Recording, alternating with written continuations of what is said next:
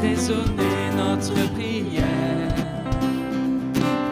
Nous chanterons car tout est accompli et nous vivrons de l'Esprit. Éclatant toutes les nations, le réveil d'une génération.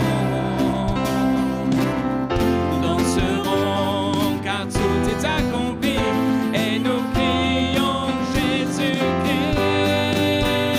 Louez-le, louez-le, qui que vous soyez, louez-le, louez-le, où que vous soyez, louez-le, louez-le, en toutes circonstances, louez-le, louez-le. Voici que Dieu avance. Et de l'Europe et de l'Afrique, voilà les Africains, de l'Asie jusqu'en Amérique. N'ayons plus peur car tout est accompli et nous vivons de l'Esprit. Jeunes et vieux dans la louange, amen, il n'y a que des jeunes. Chante l'Église et les anges, à lui l'honneur, car tout est accompli et nous crions Jésus-Christ. Louez-le, louez-le, qui que vous soyez, louez-le, louez-le, où que vous soyez, louez-le, louez-le, en toutes circonstances, louez-le, louez-le. Voici que Dieu avance. Du nord au sud, de l'est à l'ouest, au chant de notre Père céleste, dansons ensemble car tout est accompli et nous vivons de l'Esprit. Qu'elle s'appelle, qu'elle jubile, au cœur des mers toutes les îles. La Réunion est là. Dansons ensemble car tout est accompli et nous crions Jésus-Christ. Louez-le, louez-le, qui que vous soyez, louez-le, louez-le, où que vous soyez, louez-le, louez-le, en toutes circonstances, louez-le, louez-le. Voici que Dieu avance. Chrétiens d'Orient et d'Occident, unis autour du Dieu vivant, en Jésus-Christ, car tout est accompli et nous vivons de l'Esprit. Écho loin de la France,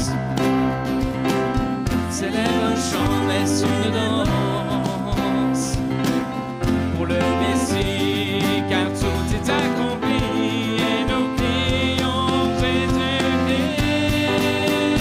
Louez-le, louez-le, qui que vous soyez, louez-le, louez-le, où que vous soyez, louez-le, louez-le, en toutes circonstances, louez-le, louez-le.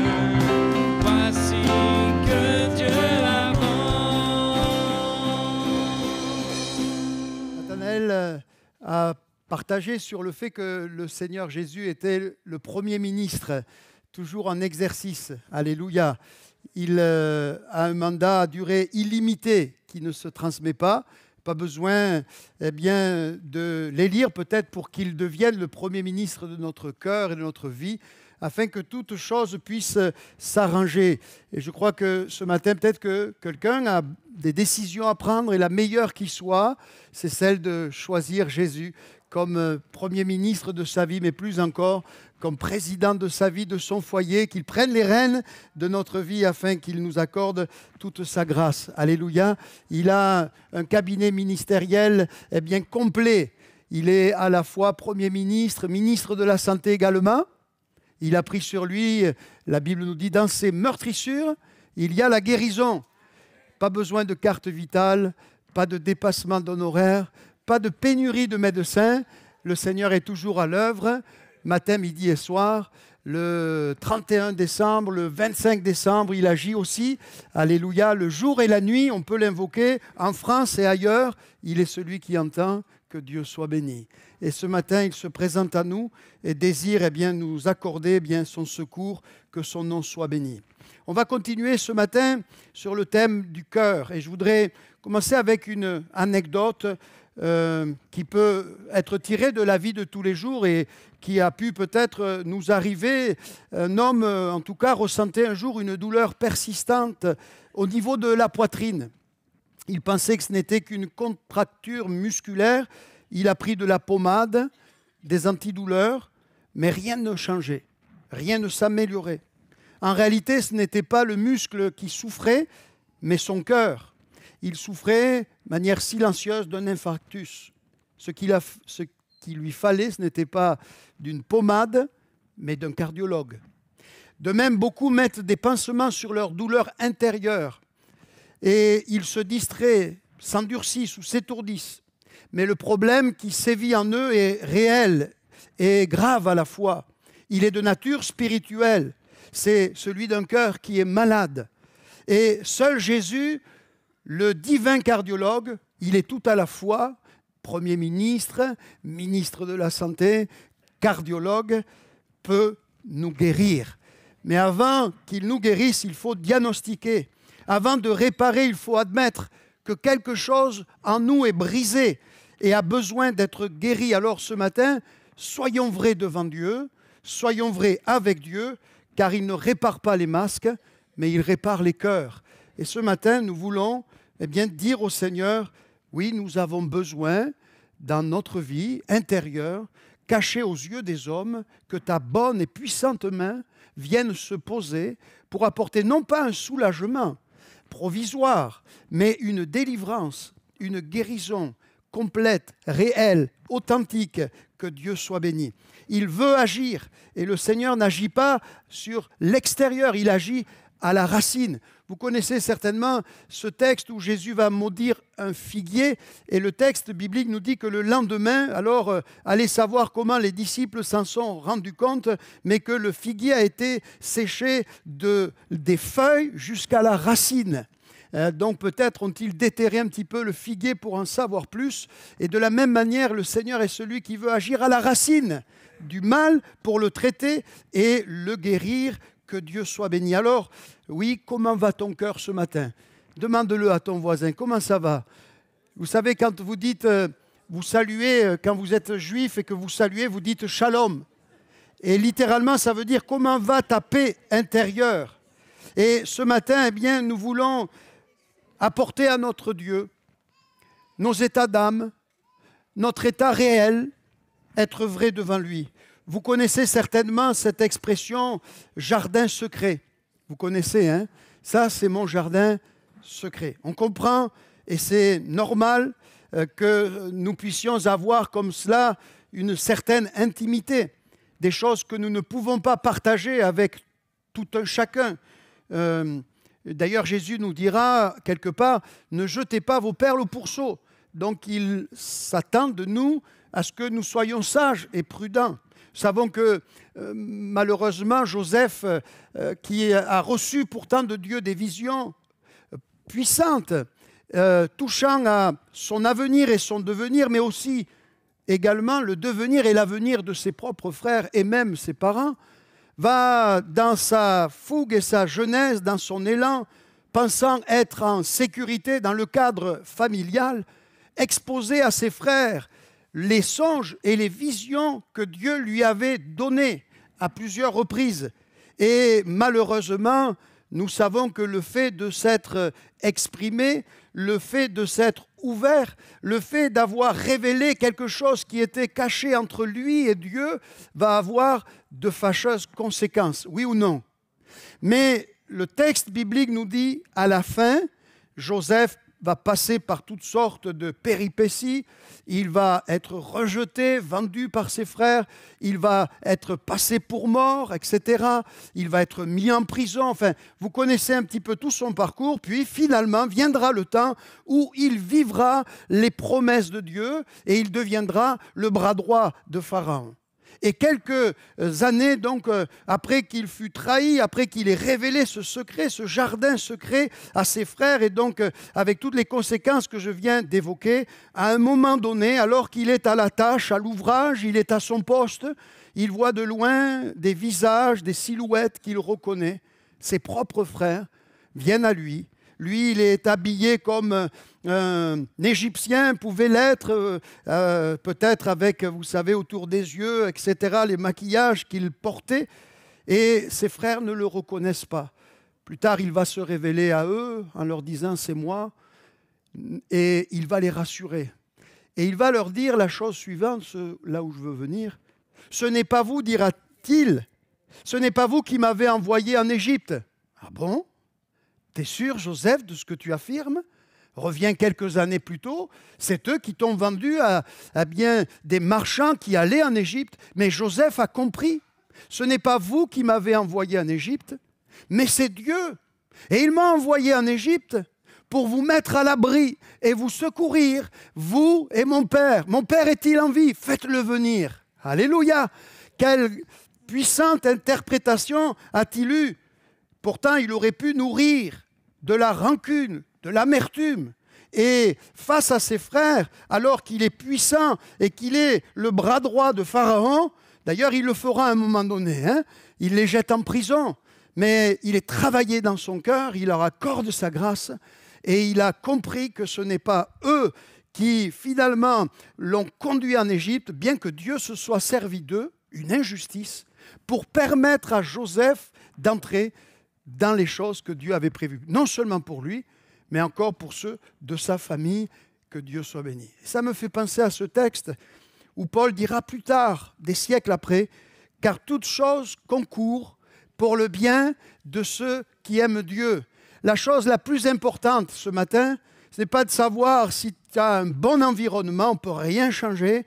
On ne choisit pas sa famille, comme on dit. Parfois, on aurait aimé, on aurait préféré peut-être vivre dans d'autres foyers, dans peut-être un autre pays, mais on ne choisit pas sa famille, mais l'environnement n'est pas le plus important. Et la Bible nous assure donc que toute chose concourt au bien de ceux qui aiment Dieu. Même un environnement peut-être difficile, délicat, Dieu peut l'utiliser si nous avons ce cœur d'aimer Dieu, de chercher Dieu. La chose la plus importante, ce n'est pas l'environnement dans lequel tu évolues, je parle d'environnement humain, mais la chose la plus importante, c'est de pouvoir répondre à cette question, aimes-tu ton Seigneur, ton Dieu, plus que toute autre chose ? Peut-être certains ne peuvent pas encore répondre à cette question par l'affirmative, mais ont été par le Saint-Esprit présent au milieu de nous, touchés dans leur cœur. Et nous voulons les inviter, les encourager à pouvoir aimer par-dessus tout le Seigneur, de tout leur cœur. Et quand le Seigneur est le premier dans une vie, alors les choses, non pas s'arrangent du jour au lendemain, mais sont en voie de restauration et de guérison. Que Dieu soit béni. Alors oui, je reviens à ce que je disais tout à l'heure en introduction, choisis de faire de Jésus le premier ministre de ta vie, le président de ton foyer, et qu'il soit celui qui te dirige. David avait bien compris l'Éternel est mon berger, je ne manquerai de rien, et il restaure mon âme, que Dieu soit béni. On a tous un jardin secret, mais attention de ne pas garder ce jardin secret aux yeux de Dieu. Soyons transparents. David dira dans ce psaume de repentance, à un moment donné, la chose suivante devant Dieu, en tout cas, c'est l'exercice auquel il faut nous livrer sans hésiter et sans surseoir. David dira, tu veux que la vérité soit au fond du cœur. Oui, je reconnais, j'ai besoin de ta grâce, j'ai besoin de ton secours, j'ai besoin de ton pardon, j'ai besoin de ta miséricorde. Je voudrais dire qu'il est aussi le ministre, alléluia, de la justice. Amen.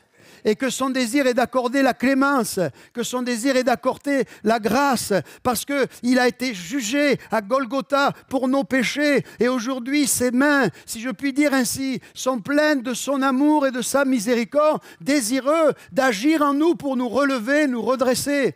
Ça ne vous fait pas du bien, ça? Vous n'avez pas envie de dormir, hein? Ah, ok. Gloire à Dieu. Le psaume 44, verset 22, dit la chose suivante. Dieu ne le saurait-il pas, lui qui connaît les secrets du cœur?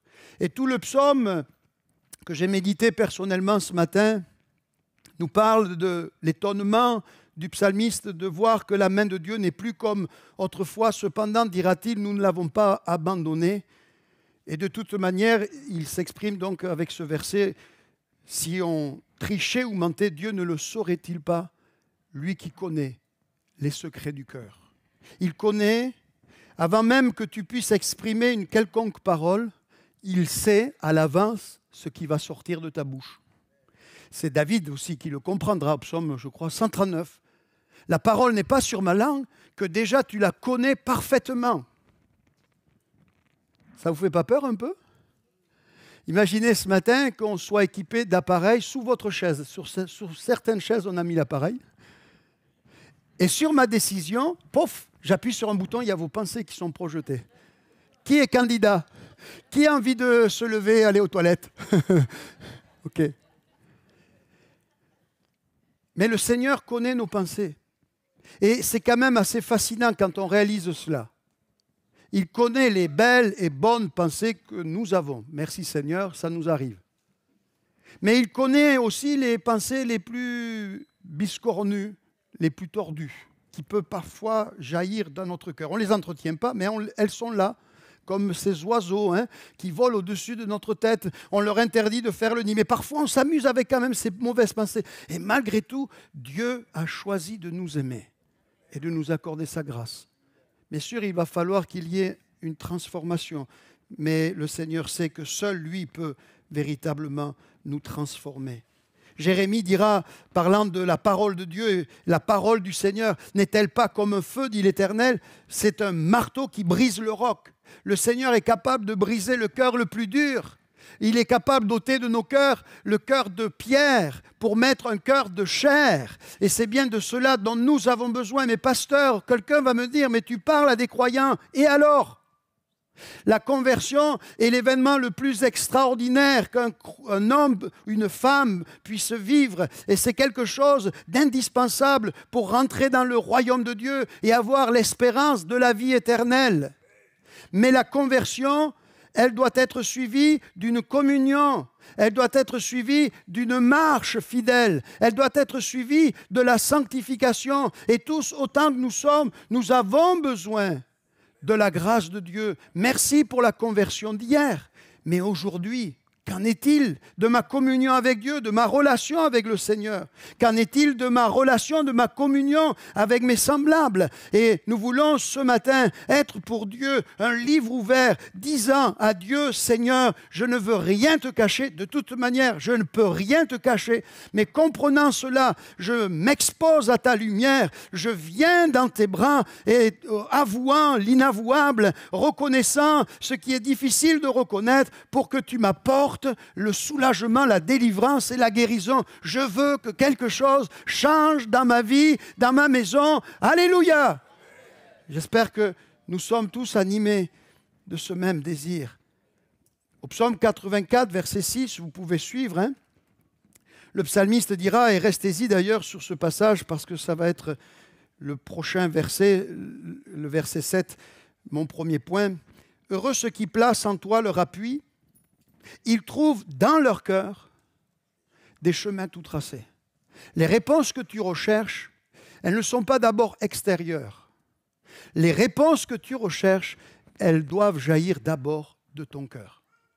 Appuie-toi sur le Seigneur et tu vas voir dans ton cœur des chemins que tu n'avais pas imaginés, auxquels tu n'avais pas pensé se dessiner. Et le Seigneur va te dire maintenant, emprunte ce chemin parce qu'au bout, il y a ce que tu recherches, ce dont tu as besoin. Appuie-toi sur le Seigneur. Et le texte biblique nous dit, dans leur cœur, Il trouve des chemins tout tracés. Tracés par qui? Tracés par le Seigneur, tracés par sa parole, tracés par son esprit. Et nous pouvons avancer sans crainte parce qu'il est notre éclaireur. Il est allé devant nous, alléluia. Et il nous précède. Que Dieu soit béni. Permettons ce matin au Seigneur, comme je le disais, d'agir en profondeur et non pas d'une manière superficielle dans notre cœur. Semaine dernière, nous sommes un peu comme restés dans la salle d'attente du divin médecin. Vous avez tous vécu cela lorsqu'on va chez le médecin et on a pris le temps de discuter entre nous et pourquoi tu es là, etc. Nous étions dans la salle d'attente. Et puis, à un moment donné, après un certain temps d'attente, vous l'avez tous vécu, le médecin vient une énième fois, mais cette fois, c'est pour vous. Il vous appelle par votre nom, Monsieur Rollery, c'est à vous, c'est votre tour, venez. Et ce matin, je le crois, le Seigneur se présente à nous, il nous appelle par notre nom, il nous connaît même par notre prénom, et il nous dit aux uns et aux autres, tourne-toi vers ton voisin, demande-lui son prénom si tu ne le connais pas, et dis-lui, le maître t'appelle et t'invite à rentrer dans son cabinet maintenant. Alléluia. Alors la porte s'ouvre, on voit le lit du médecin, on voit son bureau, on voit toutes sortes d'appareils, et puis on vient devant lui. Et là, le médecin vous demande, mais qu'est-ce qui vous amène? Alors, il ne faut pas tourner autour du pot, il ne faut pas parler du voisin, il ne faut pas parler peut-être si vous n'avez rien au pied, du pied. Il faut aller droit au but. Docteur, pasteur, il y a des symptômes en moi qui me font peur. Des douleurs au cœur, des douleurs à la tête, peut-être aux pieds. Et je ne comprends pas parce qu'ils sont persistants. Dites-le lui. Et c'est ça, vous savez, confesser à Dieu, partager à Dieu. Ne tournons pas autour du pot. Parfois, il me semble, on tourne toujours autour du pot. Seigneur, toi, le grand Dieu de l'univers qui siège sur le trône à la droite de la majesté divine, tu es beau, tu es grand et puissant. Je te loue et t'exalte avec les anges, Gabriel, Michaël et tous les saints. Et puis, on passe le culte comme ça et on n'a pas exposé à Dieu vraiment nos cicatrices. Je crois que le temps, voyez-vous, du pain et du vin, merci à Daniel d'avoir dit à ceux qui n'ont pas pris encore le baptême qu'ils ne sont pas exclus. C'est un temps solennel où nous avons à nous examiner. On s'examine, on dit, ah oui, il y a encore ça en moi. Et avant de prendre le pain et le vin, on dit, Seigneur, toi le divin médecin, est-ce que tu as un traitement pour moi? Alléluia. Le Seigneur peut guérir toutes sortes de maladies, même les plus graves. Lisons le verset 7 du psaume 84 qui nous dit ceci. Donc on est dans le cabinet du médecin et voici ce que le médecin nous dit d'abord. Lorsqu'il traverse, parlant de ceux qui s'appuient sur le Seigneur, on a lu le verset 6, ils trouvent dans leur cœur des chemins tout tracés. Lorsque ces gens qui s'appuient sur le Seigneur traversent la vallée de Baca, c'est-à-dire la vallée des larmes, il la transforme en un lieu plein de sources et la pluie la couvre aussi de bénédictions. Amen. Le Saint-Esprit affirme ici et déclare, et me dit et te dit, que lorsque le croyant traverse la vallée des larmes, ça arrive. Le Saint-Esprit ne cache pas. Nous vivons et passons parfois par des moments difficiles, des tempêtes. Joseph se retrouve en prison alors qu'il y a des promesses. Dieu est-il menteur? Dieu a-t-il perdu de sa puissance? Dieu ne maîtrise-t-il pas toutes choses? Pourquoi je passe par ce chemin? Ça s'appelle la formation. Ça s'appelle la formation. Et le Saint-Esprit déclare, oui, il y aura des temps difficiles. Ne le dis pas à ton voisin, c'est moi qui le lui dis. Il y aura des temps même douloureux. Peut-être qu'ils sont passés, tant mieux. Il y aura des temps d'incompréhension, d'inconfort. Mais le texte biblique nous dit ce temps inconfortable de douleur n'est pas appelé à être éternel. Amen. Ce temps d'inconfort, des larmes, n'est pas appelé à être éternel. Dieu soit béni, j'ai qu'un Kleenex dans ma poche. Je ne vais pas pleurer jusqu'à la mort, jusqu'à ma mort. À un moment donné, il y a le relèvement. Après un temps difficile, il y a un temps précieux. Après un temps où il semblait que nous étions en train d'être broyés, vient un temps d'édification, vient un temps de développement moral et spirituel que Dieu veut nous donner de vivre et que nous avons besoin, ce verset est là pour nous rappeler, besoin d'apprendre à traverser les tempêtes de nos vies en nous appuyant sur le Seigneur et en gardant le cap sur lui. Alléluia. En s'appuyant sur sa parole. Si nous le faisons, alors viendra un temps céleste et glorieux où littéralement les larmes seront oubliées. Le Saint-Esprit a la capacité de changer ce que toi tu ne peux changer. Il est capable de réformer ce que toi tu ne peux réformer. Il est capable de transformer littéralement et faire éclater dans ta vie ce que le Seigneur désire produire. Mais il fallait passer par ce temps inconfortable pour amener une solution, un remède. Le verbe traduit par seconde, transformer, est mal traduit. Littéralement, il indique le fait qu'il y a de la part du croyant un acte volontaire qui fait que une transformation va être induite, va être accordée. Parce que parfois, vous savez, on prie, on dit « Seigneur, change mon cœur, change-moi », et on a raison de le faire, de continuer à le faire. Mais le Seigneur nous dit « Attention, il y a aussi besoin que tu prennes le traitement que je te prescris. Et que tu sois assidu, et que tu sois sérieux, et que tu sois constant. Parce que, oui, je le crois, Dieu peut, d'un claquement de doigts, il en a le pouvoir, transformer une situation. On a parlé de la vallée des ossements desséchés, je n'y reviens pas, je ne me contredis pas. Mais les choses ne s'opèrent pas toujours de cette manière. Nous avons, et c'est ce que je veux que chacun nous retenions, notre part. Nous avons notre part. Comme quelqu'un disait à mon épouse, le Seigneur ne se sert pas, je vais y arriver, de gens dont les mains sont vides. C'est à peu près ça. Hein? On ne sert pas Dieu les mains vides. Il faut se préparer, il faut se former, il faut s'équiper, il faut s'entourer. Ça prend du temps parfois. Hein? Et le Seigneur est en train de te façonner, de te former. Mais à un moment donné, alors que tu es là dans la vallée des larmes, des pleurs, tu dois poser quelque chose qui va faire qu'il va y avoir une transformation. Et j'ai envie de vous poser la question de cette manière, un peu brutalement, excusez-moi, vous savez, des fois le médecin nous bouscule. Hein? Vous avez mal au foie, mais dites-moi, qu'est-ce que vous mangez? Racontez-moi un peu votre histoire de vie là. Malheur! Arrête! Ça vous est arrivé, hein? Je commence à comprendre pour l'alimentation. Hein? Je vais le dire ainsi. Veux-tu guérir? Veux-tu sortir de ce temps des larmes? Veux-tu que ce cycle que tu appelles infernal s'arrête? Je vous dis la chose ainsi parce que j'ai connu ailleurs, vraiment, des personnes, et une en particulier, en réalité, elle ne voulait pas changer. Vous savez quoi? Elle n'a pas changé. À un moment donné, si, par la grâce de Dieu, parce que Dieu est insistant. Hein? Dieu ne lâche pas l'affaire comme ça. Hein?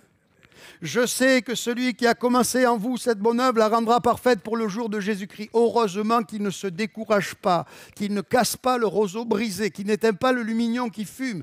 Mais à un moment donné, j'ai besoin de réagir et de dire, Seigneur, maintenant, je vais quitter la vallée des larmes, je vais poser des actes qui vont faire que cette vallée des larmes se transforme en un lieu de bénédiction où la pluie va venir et où il y a des choses que j'ai semées dans le secret qui vont naître, qui vont être produites, alléluia, et je vais manger de ce fruit, je vais consommer de ce fruit qui va me restaurer, me relever et m'édifier, que Dieu soit béni. Alors veux-tu t'en sortir ce matin? Pose des actes dont nous allons parler. Ce matin, je ne serai absolument pas exhaustif, je vais voir juste 2 points principaux et peut-être nous poursuivrons plus tard. Qu'est-ce que nous pouvons poser suivant le mal dont on est atteint, bien entendu. Mais il faut le reconnaître, un mal dont tous les hommes sont atteints et qui cause des dégâts terribles. Il s'appelle le péché. Alors, le salaire du péché, c'est la mort. Mais il faut dire que le péché, dans un premier temps, apporte une satisfaction. Et quand je parle du péché, on peut penser aux choses grossières. Mais parfois, ce sont des choses avec lesquelles on se dit, finalement, je peux bien se permettre tel écart. Et en abusant, malheureusement, petit à petit, insidieusement, dans le temps, ça amène ce que le Seigneur dit, la mort. Et face à ce problème que la Bible appelle le péché, qui peut revêtir plusieurs formes, la jalousie, l'envie, les disputes, la colère, la rancune, l'amertume. Enfin, vous en voulez, vous, des listes? C'est aussi infini que le cœur de l'homme est comme un abîme. Bien sûr, il y a, dans les cas les plus extrêmes, le meurtre, etc., l'adultère, le vol, le faux témoignage, etc. Il y a une longue liste qu'on pourrait égrener à l'infini. Le cœur de l'homme est ingénieux au mal, la Bible nous dit. Mais ce péché qu'on aime consommer, qui apporte une satisfaction, à un moment donné, et j'espère qu'on en arrive à ce stade où on dit, mais on comprend, il n'apporte rien de bon, il fait que finalement je n'ai réussi rien et j'ai besoin d'un traitement de choc. Je viens à toi, Seigneur, ce matin, dans ton cabinet céleste, je te dis, je t'avoue, Seigneur, voilà, il y a tel penchant, il y a telle chose que je dois traiter, qui doit s'arrêter. Je te prie, Seigneur, peux-tu faire quelque chose dans mon cas? Alléluia. C'est la confession. Le psalmiste dira ceci au psaume 32, « Heureux celui à qui la transgression est remise, à qui le péché est pardonné. Heureux l'homme à qui l'Éternel n'impute pas l'iniquité et dans l'esprit duquel il n'y a point de fraude. » Puis il explique son vécu. « Tant que je me suis tu, motus et bouche cousue, mes os se consumaient, je gémissais toute la journée, car nuit et jour ta main s'appesantissait, ma vigueur sur moi, ma vigueur n'était plus que sécheresse comme celle de l'été.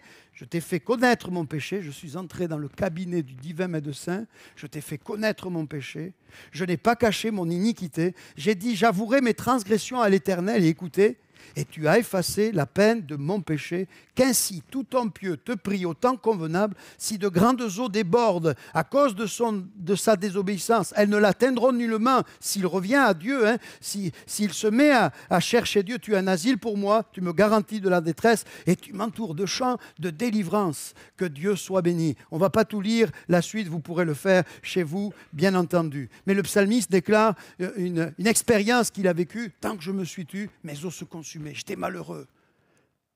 Et puis, à un moment donné, il y a eu cette prédication, peut-être ce matin, qui agit comme un électrochoc. Oui, je réalise, alors que j'accuse les autres, Joseph aurait pu le faire, peut-être l'a-t-il fait. C'est à cause d'eux. C'est des mauvais frères que j'ai. Ils n'auraient jamais dû faire ça. Ils n'auraient jamais dû me vendre. Et j'ai une mauvaise famille. Je suis né dans un mauvais foyer. Et ils ne m'ont jamais apprécié à ma juste valeur. Ils ne m'ont jamais aimé. Ils ne m'ont jamais bien traité. Et on entretient ces choses et on garde ces choses. Et on rumine et on ressasse. Mais faire ceci ne réglera pas le problème, ne changera rien, il ne faudra que l'aggraver et l'accentuer. Mais à un moment donné, je me tourne vers le Seigneur, je ne l'incrimine pas, je ne le rends pas responsable. Seigneur, tu n'es pas coupable de ce que je traverse, mais merci de ce que tu es capable et désireux d'agir dans ma situation. Que Dieu soit béni. Et si quelqu'un doute de cela, alors lisez l'histoire de l'Évangile. Lisez l'Évangile de Matthieu, de Marc, de Luc, de Jean, et comprenez que celui que révèlent les Évangiles et tout le Nouveau Testament, c'est le Fils de Dieu. Autrement dit, c'est Dieu fait chair. À un moment donné, Dieu a décidé, au temps marqué, selon sa décision de descendre sur la terre des hommes. Il a paru comme un vrai homme. Il a revêtu notre humanité. Et la Bible nous dit qu'il n'a été en rien épargné. En rien. Il a subi toutes sortes de traumatismes dès la grossesse de sa mère. Quand elle apprend que son fiancé ne la croit pas, elle veut répudier. Elle doit certainement vivre là un stress énorme. Le rejet, elle se dit, je vais être rejetée et je vais être bannie et que va-t-il advenir de ma vie, etc. Et Jésus, dans le ventre de sa mère déjà, a vécu ce stress. Je ne vais pas citer toutes les expériences douloureuses par lesquelles il est passé. Il a été trahi par Judas, il a été renié par l'apôtre Pierre. Tous l'ont abandonné alors qu'il est sur la croix. Il y a quelques femmes qui sont aux pieds, un seul disciple, Jean, et les autres, où sont-ils? Il est seul. Et même à un moment donné, il vit cette terrible expérience. Mon Dieu, pourquoi m'as-tu abandonné? Il vit tout cela, alors comprend que celui qui se révèle à nous, il n'est pas étranger à ce que tu traverses, parce qu'il a connu, mais plus encore que ce que tu as traversé. Et il a été exposé volontairement. Autrefois, je disais, Jésus a subi la croix. Non, Jésus n'a pas subi la croix. Jésus s'est exposé à la croix. Jésus savait qu'en venant sur la terre, il allait mourir sur la croix. Jésus savait tout ce qu'il allait endurer, traverser. Et il n'a rien retiré du programme. Ok, je vais être rejeté. Ok, je prends. Je vais être trahi. Ok, je prends. On va à la croix me mettre à nu. Je prends. On va me rouer de coups. Je prends. On va percer mes mains. Mais vous imaginez à la place, vous, qu'est-ce que vous auriez dit? On enlève un peu, hein? Les clous, on met des épingles, hein? Oui ou non? Il a traversé, il a supporté, il a affronté, il a connu. Alléluia. Aussi, l'auteur aux Hébreux, dont on ne connaît pas l'identité, dira de lui, nous n'avons pas un souverain sacrificateur qui ne puisse compatir. Parce que lui-même a été exposé. Alléluia. Alors, je ne sais pas ce que tu as vécu, ce que tu vis. Excusez-moi, j'ai un peu mélangé les deux points, mais je les mets en exergue. Que ce soit le péché que nous avons commis, ou que ce soit le péché que nous avons subi des autres, l'injustice, le Seigneur est le divin réparateur. Et quand il te dit de pardonner, sa première idée, ce n'est pas le bourreau qu'il veut gracier. Sa première idée, c'est de te libérer du bourreau qui exerce encore son pouvoir sur ta vie des années plus tard. Et s'il te dit de pardonner, c'est parce qu'il est monté sur cette croix et il dira à un moment donné, tout est accompli. Il y a une réparation complète pour ta vie. Il y a une réparation. Je suis mort pour tes péchés, mais je suis mort aussi pour que tu expérimentes la guérison des conséquences de tes péchés et des péchés des autres. J'ai tout accompli. Et je vous en supplie, bien-aimés, ne limitons pas la croix. Faisons de la croix, comme le dira un auteur biblique, je crois que c'est Pierre, qui, poussé par le Saint-Esprit, les prophètes ont sondé l'époque, marquée par Christ, sachant à l'avance les souffrances qu'il allait subir et la gloire dont elle serait suivie. Ils ont fait de la croix, ces prophètes, avant la croix, ils ont fait de la croix le centre de leur vie. Ils ont voulu sonder, ils ont été alertés par le Saint-Esprit. Viendrait le temps où le Messie souffrant viendrait, se donnerait. Et ils ont fait de cela l'objet de leur attention, de leur étude. Et nous, croyants, on passe comme cela. Oui, il est mort, alléluia, il est ressuscité. Et on passe à autre chose. Bien-aimés, gardons devant nos yeux le Seigneur. Ressuscité, oui, mais portant toujours les marques de la croix.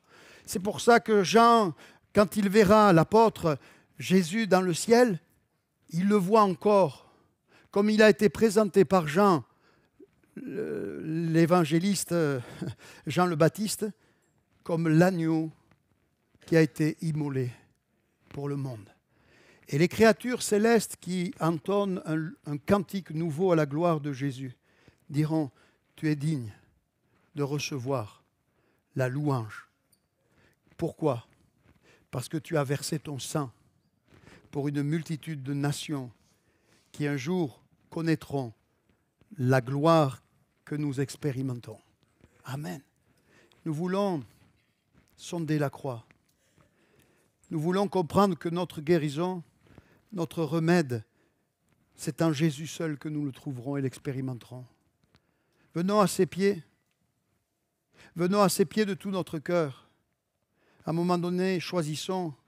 Lorsque le croyant traverse la vallée des larmes, il la transforme, il pose des actes qui font que la souffrance, la douleur va les quitter. Vous n'avez pas envie de vivre? Vous n'avez pas envie de respirer? Oui, mais pasteur, alors un conseil, arrêtez avec ces news, hein, et toutes les chaînes en continu. Hein. Vous avez vu, on le vire, enfin il s'auto-vire et il revient, on ne comprend plus rien. Laissez-les faire. Ça va tourner, ne vous inquiétez pas. Oui, mais ne t'inquiète pas de ça. De toute façon, tu ne peux rien changer. Hein. On ne va pas demander ton avis. Arrête de te prendre la tête pour... Oui. Présente-toi devant Dieu. Expérimente le secours. Parce qu'il y a une chose, et je termine, l'équipe de louange, vous pouvez venir. Il y a une chose que le diable ne veut pas que tu vives, c'est la guérison. Pourquoi? Parce que celui qui est guéri, il n'a qu'un désir et qu'un souhait, administrer les soins à celui qui est dans la souffrance et qui a besoin de rencontrer le Seigneur. C'est pourquoi l'ennemi veut maintenir l'Église dans la maladie, dans les symptômes. Mais ce matin, est-ce qu'on peut se lever tous ensemble, si vous le désirez, hein? Est-ce qu'on peut se lever et dire, oui, moi ce matin, je veux sortir de tous ces symptômes et je veux marcher avec toi, je veux te servir, je veux faire ta volonté. Alléluia. Il m'a envoyé, Jésus dira, on l'a lu la semaine dernière, pour guérir le cœur brisé. Alléluia. Et ce matin, la guérison, elle commence par reconnaître le mal et exposer notre blessure au Seigneur et inviter le Seigneur à poser sa main. Mais au-delà et par-delà, ces moments que nous vivons, demain, après-demain, restons sur ce chemin de restauration, restons sur ce chemin de guérison. Alléluia. Permettons au Saint-Esprit de guérir. Et s'il y a un péché qui a besoin d'être ôté, pardonné, on veut l'exposer à Dieu. Est-ce que vous êtes prêts ce matin? Alors je voudrais dans votre cœur vous inviter les uns et les autres à présenter à Dieu le mal dont vous êtes atteints. Peut-être quelque chose qui est en vous ou quelque chose qui est extérieur à vous qui fait qu'aujourd'hui votre vie est comme à l'arrêt. Et on veut dire Seigneur réanime, Seigneur réveille, Seigneur restaure, Seigneur guérit. Il restaure mon âme, dira David. Alléluia. Et ce matin, il veut le faire. Je prie, Père, au nom de Jésus, pour tout un chacun qui aurait besoin de toi. Je sais que tous, Seigneur, autant que nous sommes, nous avons besoin de diverses manières, à divers degrés, mais nous avons besoin de ton secours. Et notre désir, Seigneur, ce matin, c'est d'aller plus loin avec toi, c'est de marcher dans tes voies, c'est de faire ta volonté. Oh, agis ce matin et que la main de l'ennemi lâche prise. Nous voulons prendre victoire au nom précieux de Jésus et marcher pour toi et avec toi. Amen. Amen, amen. Alléluia.